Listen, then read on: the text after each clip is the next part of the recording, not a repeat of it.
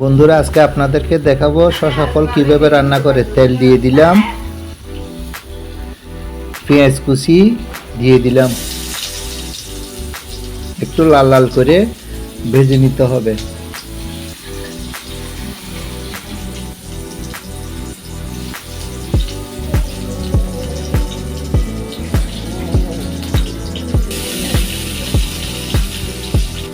আদা বাটা দিয়ে দিলাম,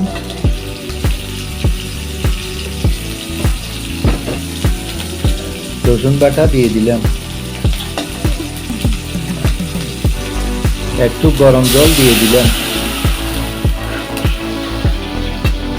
পরিমাণ মতো লবণ দিয়ে দিলাম,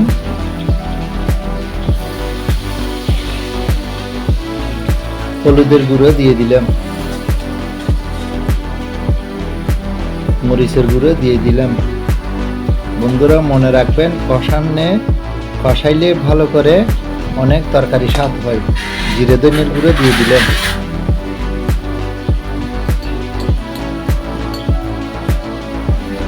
একটু জোল জোল করে রান্না করলে শসা ফল খেতে অনেক স্বাদ। চিংড়ি শুটকি দিয়ে দিলাম,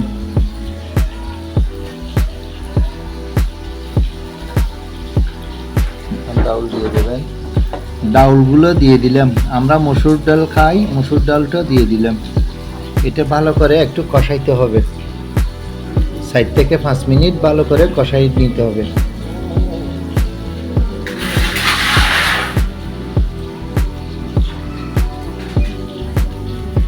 শসাগুলো কেটে ধুয়ে নিলাম, এখন দিয়ে দিলাম।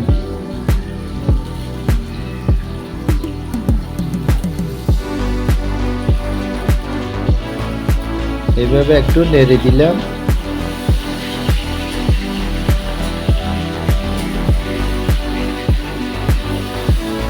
একটু গরম জল দিয়ে দিলাম, আবার দিয়ে 10 থেকে 15 মিনিট রান্না করতে হবে। আমরা একটু জল দিয়ে খাই, দেখে দিলাম।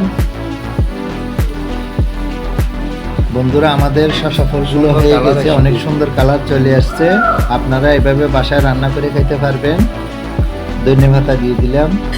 যদি আমাদের চ্যানেলে নতুন হয়ে থাকেন একটা লাইক দেবেন, শেয়ার করবেন, সাবস্ক্রাইব করবেন। পরবর্তী ভিডিও দেখার জন্য আমন্ত্রণ রইল।